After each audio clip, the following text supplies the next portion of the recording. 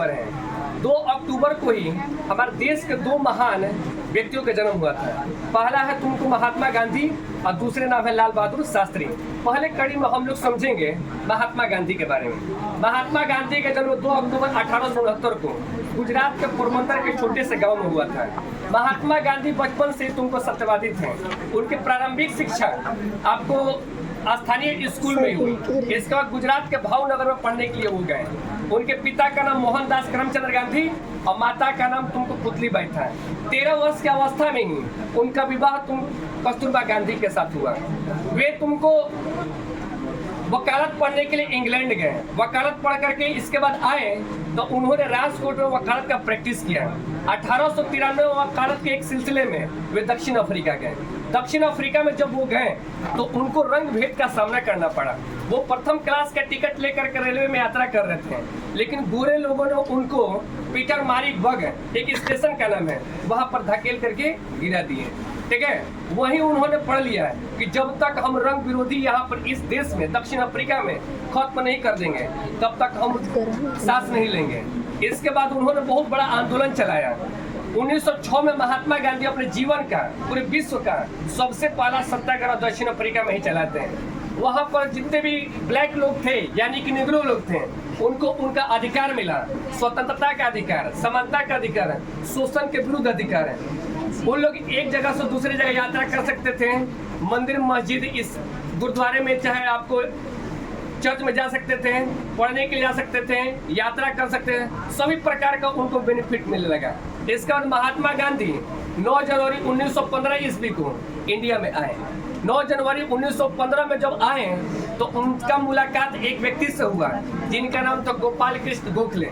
गोपाल कृष्ण गोखले के सुझाव पर महात्मा गांधी अपना राजनीतिक जीवन स्टार्ट किए। इसलिए गोपाल कृष्ण गोखले को ही महात्मा गांधी का राजनीतिक गुरु कहते हैं। जब 9 जनवरी को आए थे उसी दिन को भारत में भारतीय प्रवासी दिवस मनाया जाता है। इसके पश्चात 1916 में महात्मा गांधी गुजरात के साबरमती स्थान पर एक आश्रम का स्थापना किए जिसका नाम था साबरमती आश्रम। इसके बाद 1916 में कांग्रेस के लखनऊ अधिवेशन में गए। राजकुमार शुक्ल ने उनको आमंत्रित किया कि आप बिहार आइए। इसके बाद महात्मा गांधी ट्रेन पकड़ के बिहार आते हैं और 1917 में एक आंदोलन चलाते हैं जिसका नाम था चंपारण सत्याग्रह। चंपारण सत्याग्रह नील आंदोलन भी कहा जाता है। ये आपको नील के खेती संबंधित था। अंग्रेज चाहते थे कि 3 कटिया प्रथा यहाँ पर लागू हो। 3 कटिया प्रथा कहने का मतलब ये होता है 20 कट्ठा में 3 कट्ठा आपको नील की खेती करना है। लेकिन नील की खेती करना कोई बड़ी बात नहीं है, लेकिन नील की खेती करने से मिट्टी की फर्टिलिटी यानी उर्वरकता कम हो जाता है। इसलिए नील की खेती भारतीय वहाँ के किसान नहीं करना चाहते थे। महात्मा गांधी के सहयोग से यह आंदोलन सफल हुआ और अंग्रेजी सेना अंग्रेज लोग थे घुटने महात्मा गांधी के आगे क्या कर दिए, टेक दिए और तुमको सत्याग्रह चंपारण सत्याग्रह आपका सफल हो गया। इसके बाद 1918 में खेड़ा आंदोलन स्टार्ट किए। 1918 में ही अहमदाबाद मिल आंदोलन स्टार्ट किए। 1919 में जब 13 अप्रैल 1919 को जलियांवाला बाग हत्याकांड हुआ तब महात्मा गांधी जो कि दिया गया था अंग्रेजों के द्वारा एक उपाधि केसरी हिंद की उपाधि क्या कर दिए, वापस कर दिए। ठीक है, इसके बाद महात्मा गांधी 1920 में एक आंदोलन स्टार्ट किए जिसका नाम था असहयोग आंदोलन। महात्मा गांधी का सबसे बड़ा जन आंदोलन असहयोग आंदोलन था।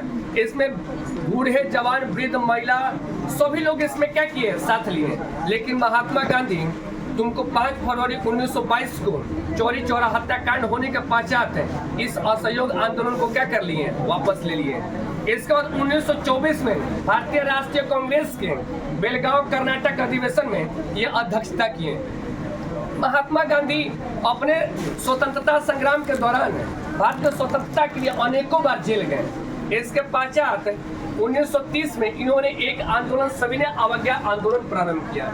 1931 में गांधी जी का इरविन के साथ समझौता हुआ और वो 1931 में ही द्वितीय गोलमेज सम्मेलन लंदन में भाग लिए। इसके पश्चात उन्होंने 1932 में हरिजन संघ का स्थापना किया और 1932 में ही भीमराव अंबेडकर के साथ पूना समझौता हुआ है जिसे पूना पैक्ट के नाम से भी जानते हैं। इसके